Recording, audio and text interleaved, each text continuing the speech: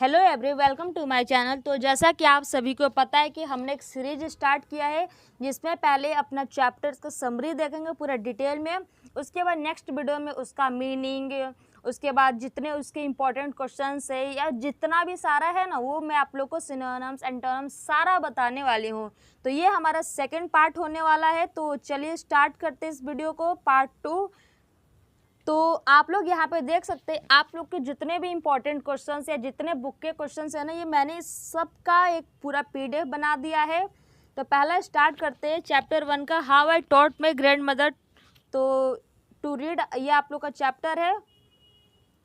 तो आप लोग का पहले रिफ्लेक्ट एंड रिस्पॉन्ड वाला जो क्वेश्चंस होते हैं, तो पहला क्वेश्चन क्या है, मैंने हिंदी में भी आप लोग को बता दिया, अगर आप लोग को ना समझे तो हिंदी में भी पढ़ सकते हैं। Which language do your grand mother या एल्डरी रिलेटिव स्पीक। तो मतलब इसमें क्वेश्चन है कि आपके जो भी ग्रैंड पेरेंट्स होते हैं या जो भी होते हैं तो कौन सा वो लैंग्वेज बोलते हैं। तो my grand parents speak Hindi, they also understand the local language. मतलब मेरे दादा दादी हिंदी बोलते हैं और वो स्थानीय भाषा को भी समझते हैं, मतलब जहाँ पे जो लोग रहते हैं उनका जो लोकल लैंग्वेज तो समझते हैं। सो नेक्स्ट क्वेश्चन है, how do they spend their time, how do you spend time with them. मतलब वो जो लोग हैं वो अपना टाइम कैसे स्पेंड करते हैं और आप उनके साथ टाइम कैसे स्पेंड करते हैं। तो आप लोग इंग्लिश में भी पढ़ लीजिएगा, हिंदी में पढ़ लीजिएगा, इम्पॉर्टेंट है, पढ़ सकते हैं। They spend their time praying, reading newspapers, talking with family members and talking walks and taking walks. I spend time with them by talking, helping them and listening to their stories। मतलब वही है ना कि grand parents क्या करते हैं, पूजा पाठ करते हैं, अखबार पढ़ते हैं, परिवार के साथ बातें करते हैं, टहलते हैं, उनके साथ मतलब उनके साथ रहते हैं, उनकी मतलब जो भी मदद हो वो हम करते हैं और उनकी कहानियाँ सुनते हैं। और उसके बाद नेक्स्ट क्वेश्चन आप लोग यहाँ पे पढ़िएगा, काफ़ी सारे क्वेश्चन है जो कि इंपॉर्टेंट है, आप लोग सबका स्क्रीनशॉट लेते जाइए, मैं एक एक क्वेश्चन का दिखा रही हूँ। इसके बाद आप लोग को यहाँ पे मीनिंग है जो कि इम्पॉर्टेंट है। तो पहला आप लोग का मीनिंग है, प्रोटैगनिस्ट का मतलब क्या होता है, जो कि होता है मेन कैरेक्टर। जो डिबेट का मतलब क्या है, डिबेट का मतलब डिस्कशन, मतलब आपस में बात करें, हम एक दूसरे का अपना मतलब पॉइंट ऑफ व्यू ले रहे हैं। Episode, a part of a story, मतलब एपिसोड क्या होता है, एक स्टोरी का छोटा सा पार्ट। उसके बाद नेक्स्ट हमारा ये मीनिंग है कम्युनिटी। कम्युनिटी का मतलब क्या होता है, people living in one particular area, मतलब एक पर्टिकुलर एरिया में जहाँ पीपल रहते हैं उसको कम्युनिटी बोलते हैं। उसके कॉन्सेंट्रेशन का मतलब क्या होता है, फोकस। उसके बाद ईगरली का मतलब क्या होता है, एक्साइटेडली, मतलब बहुत हरली, एक होता है ना कि जल्दी कोई भी काम करो। उसके कन्विंसिंग का मीनिंग क्या होता है, बिलीवेबल। गाइडेड का मीनिंग क्या होता है, डायरेक्टेड, मतलब कि हमने किसी को गाइड किया, डायरेक्ट किया, उनको बताया। उसके बाद आप लोग नेक्स्ट देखिएगा, चेक योर अंडरस्टैंडिंग पार्ट 1 में। तो complete the cause and effect table, इसमें आप लोग को सॉल्व करना है। तो आप लोग अपना बुक जब खोलेंगे तो आप लोग को सब ये मिलेगा। तो यहाँ पे आप लोग का है, ये क्या है, the morning paper arrive late and the weekly magazine came on day late.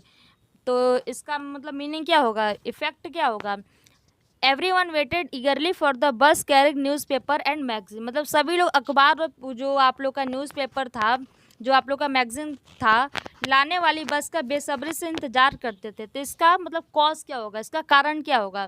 तो क्योंकि the grand mother never went to school, तो इसका मतलब क्या है, she could not read and write, मतलब वो पढ़ या लिख नहीं सकती थी। इसमें कॉज क्या है, the narrative read Kashi Yatra to her grandmother every walk. तो इफेक्ट क्या होगा, the grand mother become deeply interested in this story and discuss with letters with their friends.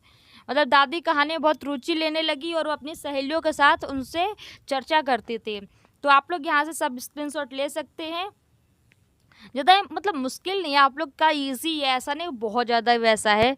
इसके बाद आप लोग यहाँ पर देखिए, do you think the narrator expected to see her grandmother in tears when she return to the village. तो ऐसा क्या हुआ था, तो इसका आंसर होगा no, the narrator was surprise because she had never seen her grandmother cry even the difficult situation. यानी कि नहीं, लेखिका सरप्राइज थी कि क्योंकि उन्हें दादा दादी को पहले कभी कठिन मतलब सिचुएशन में कभी रोते हुए देखा ही नहीं था। नेक्स्ट क्वेश्चन है आप लोग का, देखिएगा, how might the narrator help her grandmother to fulfil her desire to learn and read and right.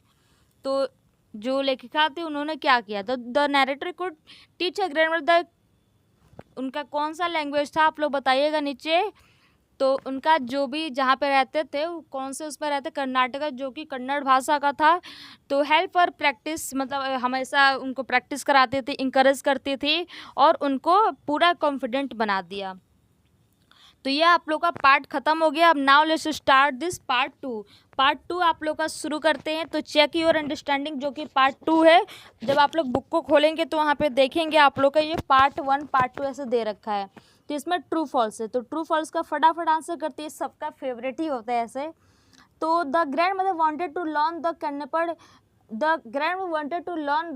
Kannada alphabet to gain independence. तो इसका आंसर क्या है? जो ग्रैंड मदर थी वो अपना कन्नड़ भाषा अल्फ़ाबेट को मतलब लर्न करना चाहती थी इंडिपेंडेंस के लिए। तो इसका आंसर ऑफ कोर्स यस, तभी पूरा कहानी तो इसी के ऊपर है ना। The grand asked someone in the village to read Kashi Yatra to her while the narrator was away. नहीं, क्योंकि उन्होंने किसी से नहीं पढ़ा, क्योंकि उन्हें शर्म महसूस हो रही थी, उनको अच्छा नहीं लग रहा था। इसका आंसर यही होगा। तो इसका आंसर होगा false. The narrator was the grandmother's first teacher and taught her how to read Kannada. या ऑफ कोर्स इसी के ऊपर तो पूरा कहानी है। नेक्स्ट क्वेश्चन है, the grand mother believe that there was no age limit for learning. Yes, मतलब उनकी ग्रैंड मदर क्या, सबको होना चाहिए कि पढ़ने के लिए कोई उम्र नहीं होता, आप जब चाहे तब भी पढ़ सकते हैं। तो नेक्स्ट क्वेश्चन इजी, आप लोग काम करिए, यहाँ से फटाफट स्क्रीनशॉट लेते जाइए। ओके, चलिए 2 ही तो है, कर ही देते हैं। The grand mother touch her narrator feet as a mark of respect for her as a teacher. तो क्या जो ग्रैंड मदर थी उनको, मतलब जो नरेटर जिनने पूरा स्टोरी को नरेट किया था, तो क्या उनको मतलब उनके पैर को छुए थे? हाँ ऑफ कोर्स, यही तो था ना। तो फिर उनकी जो मतलब जो हमारी ये थी ना, जो हमारी राइटर थे, तो उनको अच्छा नहीं लगा। उन्होंने बोला तो सही कि नहीं आप मतलब पैर क्यों छू रहे हैं। तो उन्होंने बोला कि टीचर का कोई वो नहीं होता, छोटा बड़ा हर, अगर किसी को कोई सिखाता तो मतलब वो उसका टीचर है। The narrator was disappoint with the progress grand mother made learning to ली। तो मतलब क्या जो नरेटर थी वो उदास हो गई कि उनकी जो ग्रैंड मदर है वो मतलब पढ़ने लिखने लगी? ऑफ कोर्स नॉट, क्योंकि कहानी इस पे ऊपर तो है ही नहीं ना। लेखिका अपनी दादी के प्रगति से बहुत खुश और गर्व महसूस कर रही थी, ये नहीं कि उनको मतलब असेम हो रहा था, वो मतलब वो अच्छा नहीं फील कर रही थी। उसके बाद आप लोग के बुक में एक ये टॉपिक आता है क्रिटिकल रिफ्लेक्शन का। तो इसमें जो क्वेश्चन है मतलब फिल द ब्लैंक से भरने हैं। तो पहला आप लोग का, the phrase neighbour seen her cry in the most difficult situation tell us that the grand mother was a strong will, यानी कि दृढ़ इच्छा शक्ति वाली थी वो। ओके, सेकंड है, the grand mother did not reply because she was too dash to respond, emotional हो गई। उसके बाद आप लोग का ये वाला थर्ड वाला है, identify the clue that indicate a rural setting. उनका क्या होता है? मतलब गर्मी की रात में खुले छत पर सोना गांव के वातावरण का संकेत देता है। The family slept on the open terrace on a summer night under the full moon. Okay, next question है, which line establish a tender atmosphere. तो उन्होंने स्नेह भरे हाथ मेरे माथे को छू रहे थे। हर मतलब आप लोग पढ़ सकते हैं, विच एस्पेक्ट इज नॉट इम्फेसिस। तो कौन सा इसमें ऑप्शन में था? तो आप लोग को सी आंसर इसका सही होगा। बुक में आप लोग टिक मार लीजिएगा। इस अंश में उनकी अशिक्षा का पछतावा मुख्य रूप से नहीं बताया गया है, क्योंकि उनका मेन टॉपिक में क्या था, जो हमने पूरा कहानी पढ़ा, कहानी में क्या था कि उनको बताया गया कि टीचर का मतलब कितना महत्व होता है। उनको खुद भी महसूस हुआ, पढ़ाई किया उन्होंने। इसके बाद नीचे आप लोग देख सकते हैं, ये भी आप लोग खुद से कर लीजिए, बहुत ईजी है। मतलब नया तो बुक आया है बट इतना भी टफ नहीं कि आप लोग नहीं कर सकते। तो जो उनकी ग्रैंड मदर का दो उसमें क्वालिटी क्या था? तो डिटरमाइन और हार्ड वर्क, यानी कि मेहनती और दृढ़ निश्चय वाली थी। How can we say that the narrator is making assumption about her grandmother. तो इसका आंसर क्या होगा? लेखिका ने यह मान लिया था कि उनकी दादी पढ़ना लिखना नहीं सीख सकती, लेकिन दादी ने अपने मेहनत और दृढ़ संकल्प से यह साबित कर दिया कि वो पढ़ लिख सकती हैं। इसका आंसर ऐसे होगा, आप लोग इसका स्क्रीनशॉट ले सकते हैं चाहे तो। How did the narrator initially laugh at her grand mother. Sorry, इसका मतलब क्वेश्चन है, why did the narrator initially laugh at her grand mother. जो नरेटर जो थी उन्होंने क्यों हंसा अपनी दादी पे। क्योंकि उनको लगा कि she believe that learning at age of 62 was difficult and almost impossible.